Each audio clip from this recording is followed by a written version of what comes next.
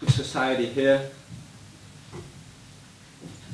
And it is us humans that make this. It's society within the biosphere.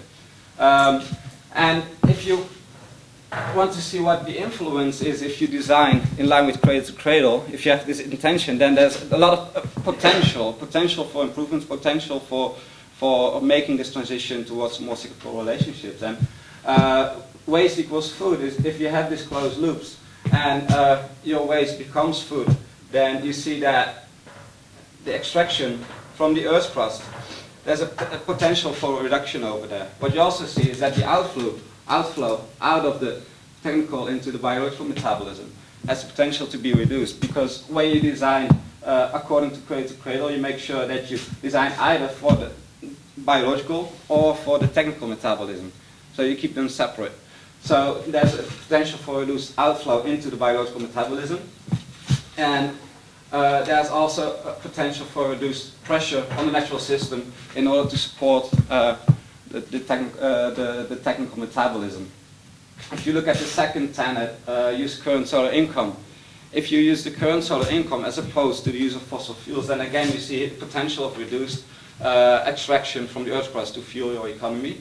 And if you look at the celebration of diversity, that's when you care about the communities that you're working with, the social tissue that you're taking care of, and protection of biodiversity is the pressure that you see here on the biosphere. And if I would put 4 Roman numbers here, reduced extraction, reduced outflow from technical metabolism into the biological metabolism, the pressure on our environmental systems, and the way that we deal with the communities that we're surrounded by, or that we're affecting now or in the future, here or somewhere else. Then you see the 4 Roman numbers that we are all very familiar with if you look at the system conditions. So what I basically did is that I showed that, yeah, cradle-to-cradle, which is about design is a matter of intent. So the intention of cradle-to-cradle, which people have found a source of inspiration in, specifically in the Netherlands, and it has opened them up to work with it. They found problems in making the implementation process. And they have, on the other hand, they have this framework for strategic sustainable development, which is designed for the implementation of sustainability-driven issues. So cradle-to-cradle and SSD, complementary nature of them, that's what Augusto is going to talk about, so I'm going to hand it over now. And good luck. Thank you. Good morning. So following Frick's explanation, what we're going to do is put cradle-to-cradle and FSSD together, and the way they complement each other. So the first 2 things that we saw until now is that if you look at the systems perspective, they pretty much have the understanding is very close and similar. So they talk about society within the biosphere. The success level is aiming for sustainable development, both in the framework for sustainable development and cradle-to-cradle. When we look at strategy, there are also similarities, but there are some things that, by being different, they're actually very complementary, and we're going to talk about that right now. And then link it to the case study that we explore in the process of Limber. So when we look at the complementarities by looking at the sets of principles. One, the sets of principles based on the system conditions, the system principles that are related to the framework for sustainable development, so FSSD from this side.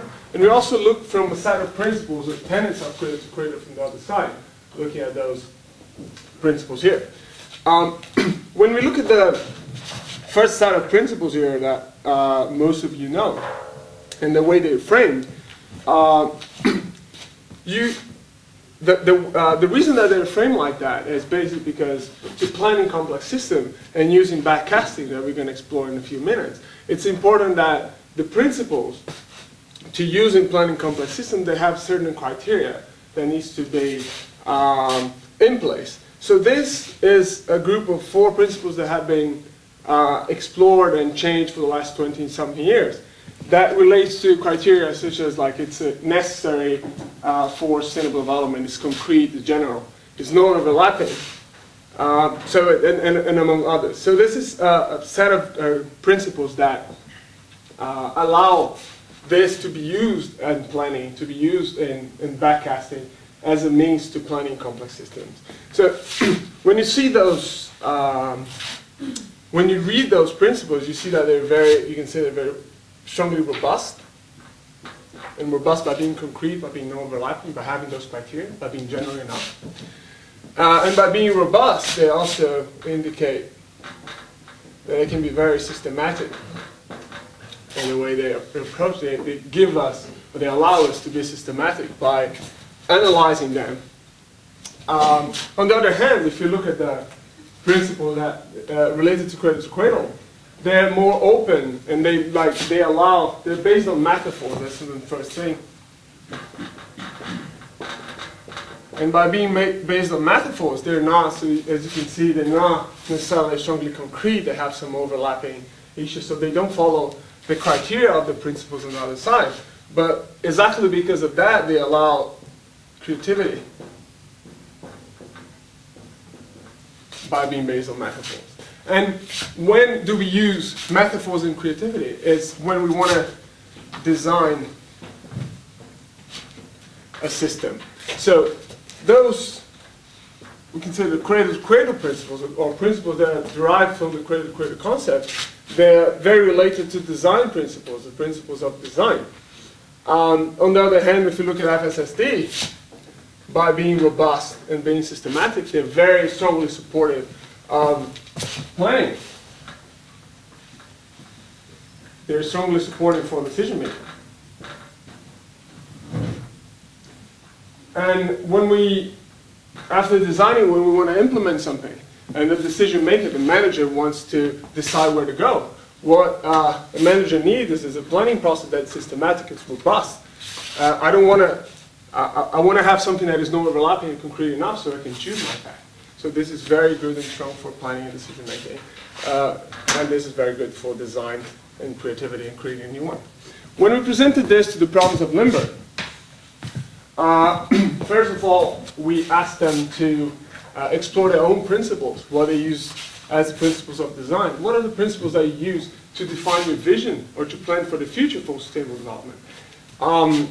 They have 6 principles that they used, and they're highly based on cradle-to-cradle. So I'm going to read 3 of them so you can see the similarity of those. So the first one is called, our waste is our food, sun is our income, and we design enjoyment for all generations. So that's 3 among the 6 of them that they have. That show that it's very complementary.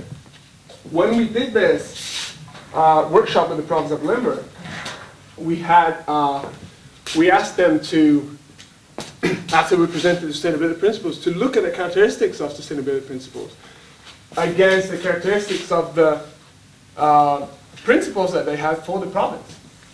And what they gave us was, and I'm going to quote here some of the things, when they look at their own principles based on cradle-to-cradle, they said that those principles were ambitious and challenging.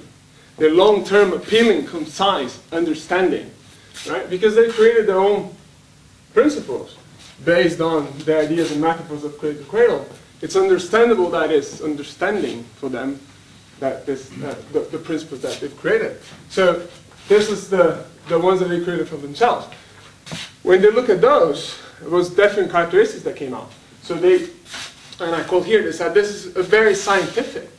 This is very concrete and quantitative. Someone said that this, by looking at this, they could smell the numbers. Right? And when you are with a decision making with a manager and you want to plan and take a decision, smell the numbers is what you want.